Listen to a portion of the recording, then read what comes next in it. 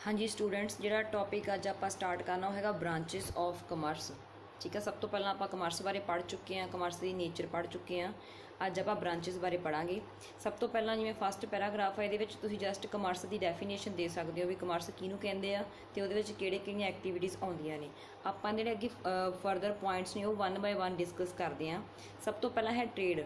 Trade ਦਾ ਮਤਲਬ ਹੁੰਦਾ ਵਪਾਰ। Some channels are required for remitting goods from producer to consumer. ਕਹਿੰਦੇ ਕੁਛ ਇੱਦਾਂ ਦੇ ਚੈਨਲਸ ਚਾਹੀਦੇ ਹੁੰਦੇ ਆ, ਕੁਛ ਇੱਦਾਂ ਦੇ ਰੂਟਸ ਚਾਹੀਦੇ ਹੁੰਦੇ ਆ ਜਿਹਦੇ ਕਰਕੇ ਅਸੀਂ ਗੁੱਡਸ ਪ੍ਰੋਡਿਊਸਰ ਤੋਂ ਕਿਤੇ ਤੱਕ ਪਹੁੰਚਾ ਸਕੀਏ, ਕੰਜ਼ਿਊਮਰ ਤੱਕ। The producers may not be able to establish direct contact with the consumers of their products. ਜਿਹੜੇ ਪ੍ਰੋਡਿਊਸਰ ਆ ਉਹ ਆਪਦੇ ਜਿਹੜੇ ਕੰਜ਼ਿਊਮਰ ਆ ਉਹਨਾਂ ਨਾਲ ਸਿੱਧਾ ਕੰਟੈਕਟ ਨਹੀਂ ਕਰ ਪਾਉਂਦੇ। There is a need for some agency which can help in the smooth flow of goods from producer to consumer. So ਇੱਥੇ ਇੱਕ ਕਿਸੇ ਏਜੰਸੀ ਦੀ ਲੋੜ ਪੈਂਦੀ ਆ ਜਿਹੜੀ ਕੀ ਕਰੇ, ਪ੍ਰੋਡਿਊਸਰ ਤੋਂ ਸਮਾਨ ਲੈ ਕੇ ਗਾਂ ਕੰਜ਼ਿਊਮਰ ਤੱਕ ਪਹੁੰਚਾਵੇ। This can only be possible with the help of trade. ਮਤਲਬ ਜਿਹੜੇ ਵਪਾਰੀ ਹੁੰਦੇ ਆ, ਟ੍ਰੇਡਰ, ਉਹਨਾਂ ਦੀ ਹੈਲਪ ਦੇ ਨਾਲ ਹੀ ਪੋਸੀਬਲ ਹੋ ਸਕਦਾ। Trade refers to purchase and sale of goods and services.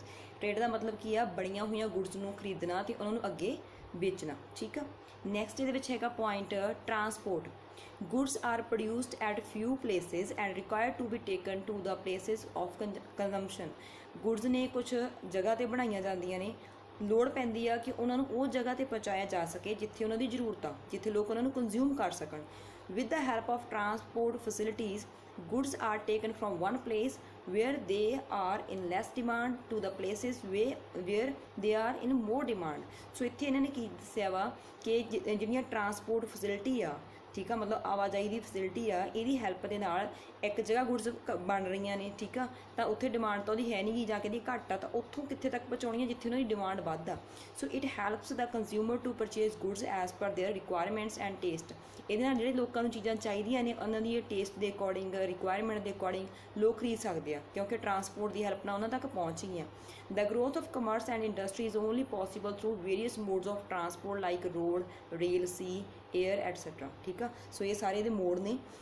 Next ਹੈਗਾ ਐਗਜ਼ਾਮਪਲ 'ਚ ਦੇਖੋ, ਜਿਵੇਂ ਇਹਦੇ ਵਿੱਚ ਐਗਜ਼ਾਮਪਲ 'ਚ ਦੱਸਿਆ ਕਿ ਜਿਹੜੇ ਔਰੇਂਜਸ ਨੇ ਇਹ ਨਾਗਪੁਰ 'ਚ ਪ੍ਰੋਡਿਊਸ ਹੁੰਦੇ ਆ, ਥਰੂ ਆਊਟ ਦਾ ਕੰਟਰੀ ਕੰਜ਼ਿਊਮ ਕੀਤੇ ਜਾਂਦੇ ਆ, ਬਟ ਈਵਨ ਅਬਰੋਡ ਵੀ ਭੇਜੇ ਜਾਂਦੇ ਆ। ਸੋ ਇਹ ਸਾਰੀਆਂ ਚੀਜ਼ਾਂ ਕਰਨਾ ਪੋਸੀਬਲ ਆ with the help of transport. ਠੀਕ ਆ। Who remove the hindrance of place by removing the goods from the place of production to the place of consumption.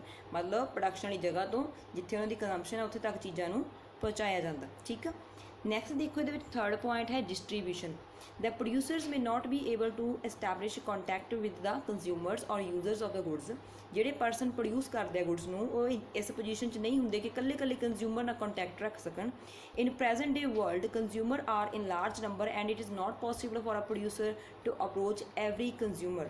ਅੱਜ ਕੱਲ੍ਹ ਦੇ ਟਾਈਮ ਦੇ ਵਿੱਚ ਬਹੁਤ ਡਿਫੀਕਲਟ ਆ ਕਿਸੇ ਵੀ ਪ੍ਰੋਡਿਊਸਰ ਦੇ ਲਈ ਕਿ ਉਹ ਇਕੱਲੇ ਆਪਦੇ ਕਸਟਮਰ ਨਾਲ, ਆਪਦੇ ਕੰਜ਼ਿਊਮਰ ਨਾਲ ਕੰਟੈਕਟ ਰੱਖ ਸਕੇ ਜਾਂ ਉਹਦੇ ਤੱਕ ਪਹੁੰਚ ਸਕੇ। So hindrances of persons are removed through middleman. ਠੀਕ ਆ। Who establish a contact between producer and consumer. ਇਹਦੇ 'ਚ ਇਹ ਦੱਸਿਆ ਗਿਆ ਜਿਹੜੀ ਇਹ ਰੁਕਾਵਟ ਆ, ਮਤਲਬ ਲੋਕਾਂ ਦੇ ਨਾਲ ਕੰਟੈਕਟ ਵਿੱਚ ਆਉਣ ਦੀ, ਇਹ ਕਿਹਦੇ ਥਰੂ ਰਿਮੂਵ ਹੁੰਦੀ ਆ? ਮਿਡਲਮੈਨ ਦੇ ਥਰੂ। ਹੁਣ ਮਿਡਲਮੈਨ ਹੁੰਦੇ ਕੌਣ ਆ? ਇਹ ਹੁੰਦੇ ਹੋਲਸੇਲਰ। ਹੋਲਸੇਲਰ ਮਤਲਬ ਜਿਹੜਾ ਇਕੱਠਾ ਸਮਾਨ ਪ੍ਰੋਡਿਊਸਰ ਤੋਂ ਖਰੀਦ ਲੈਂਦੇ ਆ। ਰਿਟੇਲਰ ਮਤਲਬ ਜਿਹੜੇ ਹੋਲਸੇਲਰ ਤੋਂ ਗਾਂਹ ਸਮਾਨ ਖਰੀਦਦੇ ਆ। ਜਿਵੇਂ ਆਪਾਂ ਦੁਕਾਨ 'ਤੇ ਜਾਂਦੇ ਹਾਂ, ਕੋਈ ਸ਼ਾਪ 'ਤੇ ਚੀਜ਼ ਲੈਂਦੇ ਹਾਂ, ਤਾਂ ਜਿਹੜਾ ਪਰਸਨ ਉੱਥੇ ਸੈੱਲ ਕਰ ਰਿਹਾ ਉਹ ਰਿਟੇਲਰ ਆ। ਬ੍ਰੋਕਰਸ ਹੋ ਗਏ, ਏਜੰਟਸ ਹੋ ਗਏ। ਸੋ ਇਹ ਸਾਰੇ ਹੈਲਪ ਕਰਦੇ ਆ ਸਾਨੂੰ ਕੰਜ਼ਿਊਮਰਸ ਤੱਕ ਪਹੁੰਚਾਉਣ ਦੇ ਵਿੱਚ। ਨੈਕਸਟ ਹੈਗਾ ਸਾਡੇ ਕੋਲ warehousing. Mostly the goods are produced in anticipation of demand because there is more time gap between production and consumption of goods. ਜੋ ਵੀ ਗੁੱਡਸ ਪ੍ਰੋਡਿਊਸ ਕੀਤੀਆਂ ਜਾਂਦੀਆਂ ਨੇ ਉਹ ਅਸੀਂ ਐਂਟੀਸਪੇਟ ਕਰਕੇ, ਅੰਦਾਜ਼ੇ ਨਾਲ ਹੀ ਡਿਮਾਂਡ ਦੇ ਵੀ ਇੰਨੀ ਕੁ ਡਿਮਾਂਡ ਹੋਊਗੀ ਫਿਊਚਰ 'ਚ, ਅਸੀਂ ਬਣਾਉਂਦੇ ਹਾਂ। ਠੀਕ ਆ। ਸੋ ਇਸ ਕਰਕੇ ਜਿਹੜੀ ਗੁੱਡਸ ਦੀ ਪ੍ਰੋਡਕਸ਼ਨ ਆ ਅਤੇ ਉਹਦੀ ਕੰਜ਼ੰਪਸ਼ਨ ਆ, ਉਹਦੇ ਵਿੱਚ ਕਾਫੀ ਟਾਈਮ ਹੁੰਦਾ। So the traders have to store the goods to sell them in future. So goods ਨੂੰ ਸਟੋਰ ਕਰਕੇ ਰੱਖਣਾ ਪੈਂਦਾ। The hindrance of time is removed with the help of warehouse. So ਜਿਹੜੀ ਇਹ ਟਾਈਮ ਦੀ hindrance ਆ, time ਦੀ ਰੁਕਾਵਟ ਆ, ਇਹ ਵੇਅਰ ਹਾਊਸ ਦੀ ਹੈਲਪ ਨਾਲ ਸੋਲਵ ਹੁੰਦੀ ਹੈ। ਕਿਵੇਂ? For example agricultural products like rice, cotton, sugar are produce during their seasons. ਹੁਣ ਕਣਕ ਆ ਜਾਂ ਆਪਾਂ ਕਹਿ ਦਈਏ ਜਾਂ ਰਾਈਸ ਵਗੈਰਾ ਨੇ ਜਾਂ ਕਾਟਨ ਆ ਜਾਂ ਸ਼ੂਗਰ ਆ, ਇਹ ਇੱਕ ਸੀਜ਼ਨ 'ਚ ਹੀ ਉੱਗਦੇ ਆ, but are required throughout the year. ਬਟ ਸਾਨੂੰ ਸਾਰਾ ਸਾਲ ਚਾਹੀਦੇ ਹੁੰਦੇ ਆ। ਲਾਈਕਵਾਈਜ਼ fans, ACs are required during summer season, but these products are produced and kept ready in stock before season begins। ਹੁਣ ਦੇਖੋ ਗਰਮੀਆਂ 'ਚ ਪੱਖੇ, AC ਚਾਹੀਦੇ ਆ, ਠੀਕ ਆ, ਬਟ ਇਹਨਾਂ ਦੀ ਪ੍ਰੋਡਕਸ਼ਨ ਪਹਿਲਾਂ ਤੋਂ ਕਰਕੇ ਇਹਨਾਂ ਨੂੰ ਸਟੋਰ ਕਰਕੇ ਰੱਖਿਆ ਜਾਂਦਾ। ਮਤਲਬ ਗਰਮੀ ਦੇ ਸੀਜ਼ਨ ਆਉਣ ਤੋਂ ਪਹਿਲਾਂ ਹੀ ਇਹਨਾਂ ਨੂੰ ਸਟੋਰ ਕਰ ਲਿਆ ਜਾਂਦਾ। फिफ्थ पॉइंट देखो insurance. Insurance is one of the best mean to reduce business risk. There is a risk involve during the movement of goods from the one place to another place. ठीक है, ਇਹ ਚੀਜ਼ ਦੱਸਿਆ ਗਿਆ ਕਿ business ਦੇ ਵਿੱਚ ਜਿਹੜਾ ਰਿਸਕ ਆ ਉਹਨੂੰ ਕਵਰ ਕਰਨ ਦਾ ਸਭ ਤੋਂ ਬੈਸਟ ਤਰੀਕਾ ਕੀ ਆ, ਇੰਸ਼ੋਰੈਂਸ ਆ। ਜਦੋਂ ਵੀ ਸਮਾਨ ਇੱਕ ਜਗ੍ਹਾ ਤੋਂ ਦੂਜੀ ਜਗ੍ਹਾ ਜਾਂਦਾ ਵਾ, ਠੀਕ ਆ, ਤਾਂ ਉਹਦੇ ਉੱਪਰ ਕੀ ਹੁੰਦਾ, ਰਿਸਕ ਹੁੰਦਾ ਕਿਸੇ ਵੀ ਐਕਸੀਡੈਂਟ ਦਾ। The risk may be due to fire, theft or any other natural ਕੈਲੈਮਿਟੀਜ਼, ਮਤਲਬ ਅੱਗ ਲੱਗਣ ਨਾਲ, ਚੋਰੀ ਹੋ ਜਾਣ ਨਾਲ, ਜਾਂ ਕੋਈ ਕੁਦਰਤੀ ਆਫਤ ਆਉਣ ਦਾ ਰਿਸਕ ਹੋ ਸਕਦਾ। So similarly when the goods are stored in warehouses, these are subject to risk of loss. So there are various types of insurance companies that provide coverage for all type of losses to goods. So ਜਦੋਂ ਅਸੀਂ wear house 'ਚ ਵੀ ਸਮਾਨ store ਕਰਕੇ ਰੱਖਦੇ ਹਾਂ ਤਾਂ ਵੀ ਸਾਨੂੰ risk ਹੁੰਦਾ ਵੀ ਕੋਈ ਨਾ ਕੋਈ ਅੱਗ ਨਾਲ ਜਾਂ ਕਿਸੇ ਫਲੱਡ ਵਗੈਰਾ ਨਾਲ ਚੀਜ਼ ਖਰਾਬ ਨਾ ਹੋ ਜੇ। ਸੋ ਇਹ ਬਹੁਤ ਸਾਰੀਆਂ ਕੰਪਨੀਆਂ ਨੇ ਜਿਹੜੇ ਸਾਡਾ ਇਹ ਰਿਸਕ ਕਵਰ ਕਰਦੀਆਂ ਨੇ। ਨੈਕਸਟ ਪੁਆਇੰਟ ਦੇਖੋ sixth, banking. Banking remove the hindrance of finance as there is which more time gap between the production and the sale of the goods. ਹੁਣ ਦੇਖੋ ਅਸੀਂ ਸਮਾਨ ਪਹਿਲਾਂ ਬਣਾਵਾਂਗੇ, ਉਹਦੇ ਲਈ ਸਾਨੂੰ ਰॉ ਮਟੀਰੀਅਲ ਚਾਹੀਦਾ, ਰॉ ਮਟੀਰੀਅਲ ਖਰੀਦਣ ਲਈ ਵੀ ਪੈਸਾ ਚਾਹੀਦਾ, ਠੀਕ ਆ। ਫਿਰ ਉਸ ਤੋਂ ਬਾਅਦ ਸਮਾਨ ਬਣੂਗਾ, ਫਿਰ ਉਹਨੂੰ ਵੇਚਾਂਗੇ, ਤਾਂ ਇਹਦੇ ਕਰਕੇ ਕੀ ਆ, ਸਾਨੂੰ ਪੈਸੇ ਦੇ ਵਿੱਚ ਕਾਫੀ ਜ਼ਿਆਦਾ ਗੈਪ ਪੈ ਗਿਆ। ਮਤਲਬ ਪਹਿਲਾਂ ਤਾਂ ਅਸੀਂ ਉਧਾਰ ਪੈਸੇ ਕਿਸੇ ਤੋਂ ਲਵਾਂਗੇ, ਸਮਾਨ ਬਣਾਵਾਂਗੇ, ਠੀਕ ਆ, ਬਣਾ ਕੇ ਵੇਚਾਂਗੇ, ਫਿਰ ਹੀ ਸਾਨੂੰ ਕਿਸੇ ਤੋਂ ਫਿਰ ਪੈਸੇ ਮਿਲਣੇ ਆ। The goods are produced at one time and sold at some another time in future. ਮਤਲਬ ਪਹਿਲਾਂ ਗੁੱਡਸ ਅਸੀਂ ਪ੍ਰੋਡਿਊਸ ਕਰ ਲੈਣੀਆਂ ਨੇ ਅਤੇ ਭਵਿੱਖ ਦੇ ਵਿੱਚ ਅਸੀਂ ਕਿਤੇ ਵੇਚਣੀਆਂ ਨੇ। So there is a need to finance trade activities. ਤਾਂ ਸਾਨੂੰ ਉੱਥੇ ਪੈਸੇ ਦੀ ਲੋੜ ਪੈਂਦੀ ਹੈ, ਉਨਾ ਸਮਾਂ ਜਿਹੜਾ ਗੈਪ ਰਹਿ ਜਾਂਦਾ ਵਾ ਪੈਸੇ ਦੇ ਕਰਕੇ ਉਹ ਸਾਡਾ ਕਵਰ ਹੁੰਦਾ। Thus to promote trade the banks provide help in the shape of loans. Banks ਕੀ ਕਰਦੀਆਂ ਨੇ, ਲੋਨ ਦਿੰਦੀਆਂ ਨੇ, ਕੈਸ਼ ਕ੍ਰੈਡਿਟ ਦਿੰਦੀਆਂ ਨੇ ਜਾਂ ਓਵਰਡਰਾਫਟ ਦਿੰਦੀਆਂ ਨੇ, ਠੀਕ ਆ। ਸੋ ਇਹ ਸਾਰੇ ਫਾਈਨੈਂਸ ਦੇ ਅੱਗੇ ਟਾਈਪਸ ਨੇ। Moreover the banks play an important role in the international trade. ਜੇ ਬਾਹਰਲੇ ਦੇਸ਼ਾਂ ਨਾਲ ਵੀ ਟ੍ਰੇਡ ਕਰਨੀ ਹੈ ਤਾਂ ਵੀ ਉਹਦੇ ਵਿੱਚ ਬੈਂਕਸ ਬਹੁਤ ਵਧੀਆ ਜਿਹੜਾ ਰੋਲ ਪਲੇ ਕਰਦੀਆਂ ਨੇ। Banks provide help to trading parties in receiving and making payments where the parties are not known to each other। ਇਸ ਤੋਂ ਇਲਾਵਾ ਜਿੱਥੇ ਅਸੀਂ ਪੇਮੈਂਟ ਕਰਨੀ ਆ ਜਾਂ ਰਿਸੀਵ ਕਰਨੀ ਆ ਉੱਥੇ ਵੀ ਸਾਡੀ ਬੈਂਕਾਂ ਹੈਲਪ ਕਰਦੀਆਂ ਨੇ, ਕਿਉਂਕਿ ਅਸੀਂ ਉਹ ਲੋਕਾਂ ਨੂੰ ਜਾਣਦੇ ਨਹੀਂ ਹੁੰਦੇ, ਮਤਲਬ ਸਾਡੇ ਅਕਾਊਂਟ ਦੇ ਥਰੂ ਹੀ ਸਾਨੂੰ ਪੇਮੈਂਟ ਹੋਣੀ ਹੁੰਦੀ ਆ। ਨੈਕਸਟ ਪੁਆਇੰਟ ਦੇਖੋ ਇਹਦੇ ਵਿੱਚ, advertisement and salesmanship. In present day world, goods cannot be sold without the help of effective advertisement and salesmanship।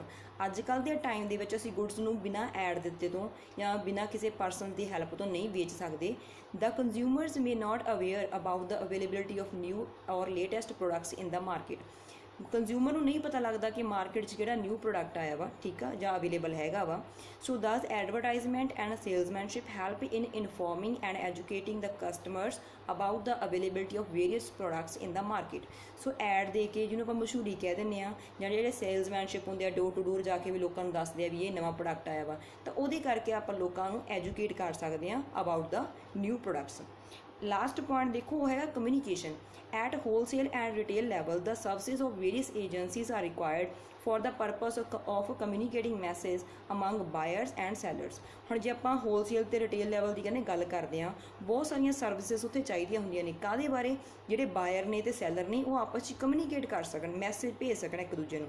ਦ ਇੰਟੈਂਡਿੰਗ ਬਾਇਰ ਕੌਣ ਹੁੰਦਾ? ਜਿਹੜਾ ਕੁਝ ਖਰੀਦਣਾ ਚਾਹੁੰਦਾ। Send their purchase order to the producer. ਤਾਂ ਉਹ ਕੀ ਕਰਦਾ? ਪ੍ਰੋਡਿਊਸਰ ਨੂੰ ਆਪਦਾ ਆਰਡਰ ਦੇ ਦਿੰਦਾ ਵੀ ਮੈਨੂੰ ਤੁਹਾਡੇ ਤੋਂ ਇੰਨਾ ਸਮਾਨ ਚਾਹੀਦਾ। On the other hand, producers inform there customers about the production of goods.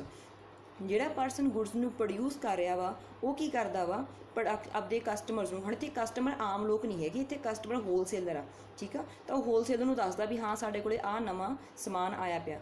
ਦਸ the services of telephone, post office, telegraph office, telex etc. are utilized for communicating message from one person to another।